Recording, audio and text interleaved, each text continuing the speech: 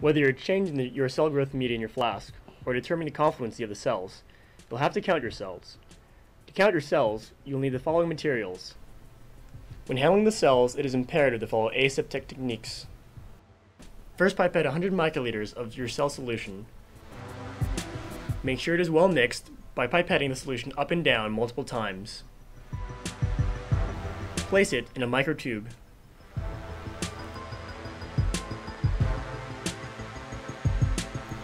Once you have the sample, the following steps can be done outside of the hood. Next, obtain trypan blue solution. Pipette 100 microliters of trypan blue into the microtube. Be sure to mix the solution well by pipetting multiple times. Next, use a vortex to mix the solution thoroughly. You will be using a sterile, disposable hemocytometer.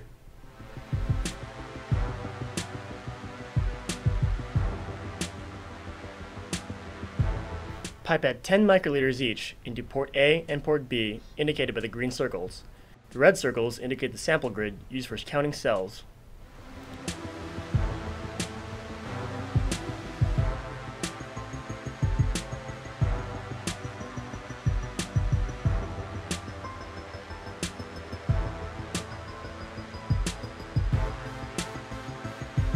Place the hemocytometer on the microscope stage.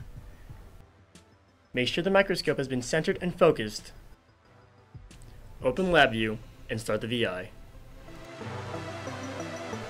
To observe the cells under bright field, remove the phase contrast lens, and vice versa.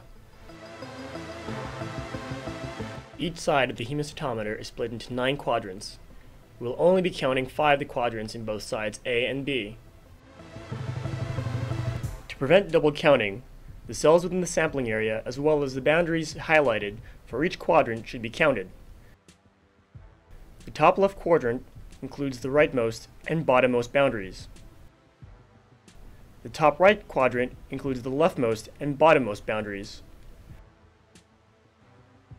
The bottom left, the rightmost and topmost boundaries, and the bottom right, the leftmost and topmost boundaries. The cells counted in the center quadrant can be counted with the same boundaries as the bottom right quadrant. Then, count side B the same way as side A. Each one of the quadrants contains a volume of 100 nanoliters, a resulting volume of 1 microliter. As an example of the counting procedure, we will look at quadrant 1. This is an example of the cells in quadrant 1. Be sure to only count the healthy cells circled in green. The cell in the yellow circle should not be counted because it is dead. We know this because trypan blue has breached the membrane. Under the microscope, healthy cells will appear bright, while dead cells will be stained blue. To calculate the concentration of cells within the original flask, use the first equation as shown. Input the number of total cells counted for all 10 quadrants. For the dilution factor, take the total volume of the microtube. This includes the cell solution and trypan blue added. Divide that number by the volume of trypan blue added. For the volume factor, multiply by 1000. This will convert your equation into milliliters. The second equation listed is used to calculate the number of cells per area of the original flask. Cells per milliliter is the concentration of the first equation. The volume of the cell suspension is 1 milliliter and is used to cancel the units of volume. 25 centimeters squared represents the area of the T25 flask that we used. Here are the equations previously listed with the real numbers.